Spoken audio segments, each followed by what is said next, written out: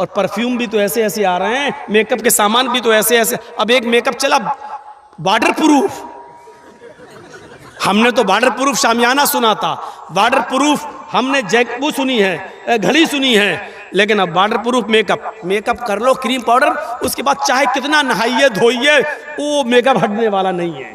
पानी वो water proof makeup भी अब चलने लगे, और ये चलाना पड़ रहा है क्योंकि बंदरियां भी मेकअप कर लेती थी, और जब उनका चेहरा धुलता था तो आड़ी टेढ़ी की तिरछी निकलती थी, तो उनके बच्चे भी नहीं पहचान पाते थे। इसलिए जरूरत पड़ी ऐसे मेकअप की जो टिका रहे उनके चेहरे पर, इसलिए वो मेकअप बनाना पड़ा। अब वो बेचारी 80 साल की बुढ़ियां भी लगा लेती है तो ऐसा लगता है कि हाँ ये 25-30 साल की जा रही है, 25-30 साल की। एक सही वाकया है, मैं बतला रहा हूँ, भोपाल का सही वाकया है। बेचारी एक 70, 75, 80 साल की बुढ़ी, और उसने नकाब पहन लिया, खूबसूरत बूटों वाला, फूलों से चढ़ा हुआ, और वो नकाब लगा के जा रही थी, चेहरा उसका छिपा हुआ था, खूबसूरत बुर्का। अब वो जा रही है तो 18-20 साल का लड़का उसके पीछे लग गया, ये सोचकर कि बुर्का इतना अच्छा है तो बुर्के वाली कितनी अच्छी होगी, नकाब इतना अच्छा है तो नकाब वाली कैसी होगी। अच्छा, वो धीरे धीरे चल रही थी अपनी उम्र के हिसाब से, ये समझ रहा था मुझे लाइन मार रहे हैं, लिफ्ट दे रही है, धीरे धीरे चल रही है, मतलब सेटिंग हो जाएगी, तो वो धीरे धीरे चल रही। ये बेचारा समय थोड़ी दूर जाने के बाद उसने अपना नकाब उठाया और तुतलाते हुए बोला, बेटा तू मेरा पीछा क्यों कर रहा है, मैं तो तेरी अम्मा की उम्र की हूँ। इसने कहा कमबख्त मेरी तो 1 घंटे की मेहनत ही बेकार चली गई है। तो इसको भी गुस्सा आया, इसने गुस्से में कहा, अरे अम्मा हम अपने लिए नहीं अपने अब्बा के लिए ढूंढ रहे हैं, क्या करें, 1 घंटा इसका बेकार हो गया। ये सही वाकया मैं आपको बतला रहा हूँ। और जिस लड़के ने ऐसा किया वो हमें आके बता रहा था कि भाई मौलाना तो दोस्ती हो गई है, बताना पड़ रहा, बता दिया, लेकिन जलसे में बयान मत करना। मैंने कहा जलसे में तो बयान करूंगा लेकिन तेरा नाम नहीं बताऊंगा। बड़ा अब ये हाल हो रहा है, ये हाल।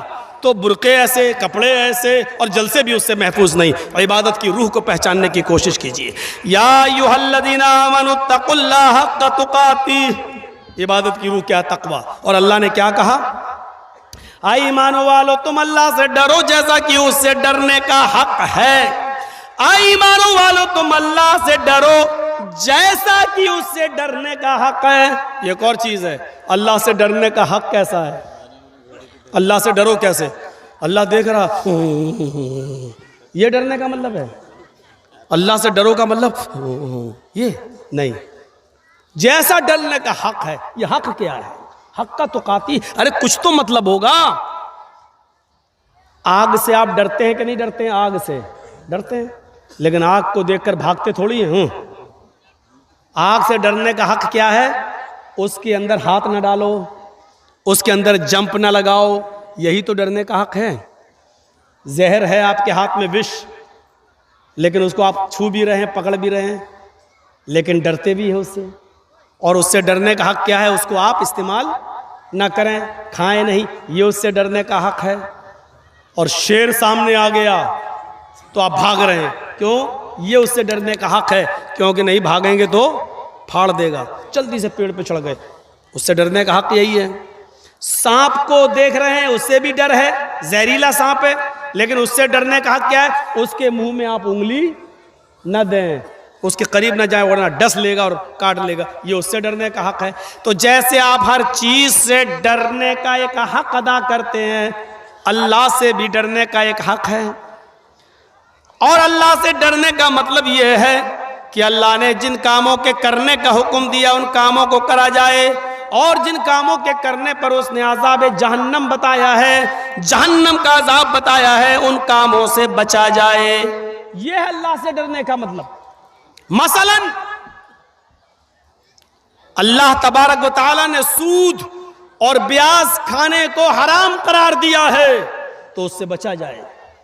अल्लाह के नबी सल्लल्लाहु अलैहि वसल्लम ने फरमाया कि जब मुझे मेराज हुई, सफर मैं गया मेराज पर और मुझे जहन्नम दिखाई दी, तो मैंने खून के, ब्लड के एक तालाब में, एक नदी में मैंने कुछ लोगों को डुबकियां लगाते हुए देखा है।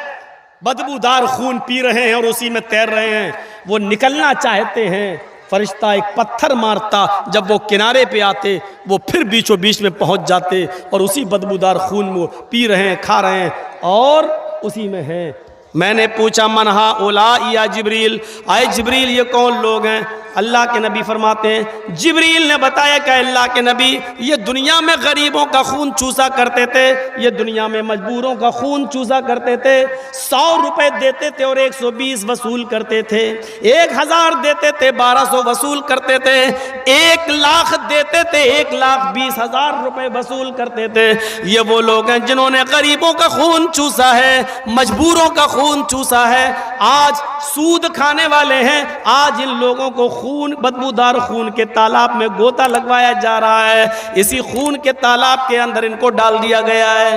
फिर अल्लाह के नबी सल्लल्लाहु अलैहि वसल्लम फरमाते हैं, सूद और ब्याज खाने वाले के 36 दर्जे हैं, 36 दर्जे हैं। एक हदीस में 70 दर्जों का जिक्र भी आता है, लेकिन 70 दर्जे वाली रिवायत 36 दर्जे वाली रिवायत से कम दर्जे की है, वो हसन है और ये सही है। 36 दर्जे हैं, 36 दर्जे यानी सूद और ब्याज खाने वाले, सूद के 36 दर्जे हैं। पूछा गया अल्लाह के रसूल हल्का दर्जा क्या है?